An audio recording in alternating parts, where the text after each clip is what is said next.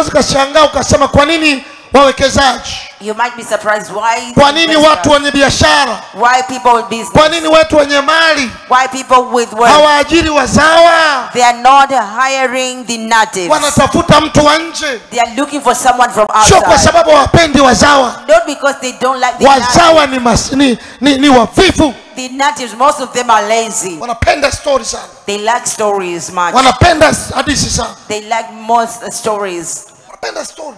They like stories. Unamweka mtu. You put someone. Hakuna mtu anataka kupata hasara kwenye kazi zake. There's no one who want to get lost. Hakuna mtu anataka kushindwa anapofanya kitu. No one want to feel mtu mwenye maono yoyote. A person with any vision. Anatafuta mtu ambaye they are looking for someone that akishamweka mahali after they put the person hana muda wa kumfuatilia tena. They don't have time to follow up again. Tanzania ukimweka mahali, Tanzania when you put wewe mwenyewe unakuwa mtumwa wa kufuatilia. You yourself you become a slave of following up. Unafanya kazi mbili pamoja. You are doing two works together. Nakwambia hivi kwa sababu I'm telling you this because nimejionea. I've seen it. Kuna vitu ambavyo vingi tunavifanya. There are many things that we do. Ukimweka Mtanzania, if you put a Tanzanian na ukamweka mtu mwingine, and you put someone else, ni historia tofauti. They are different. They are two different people. Inaumiza sana. It's very painful. Sasa nataka niwaambie. Now I want to tell you. Wewe unanisikiliza?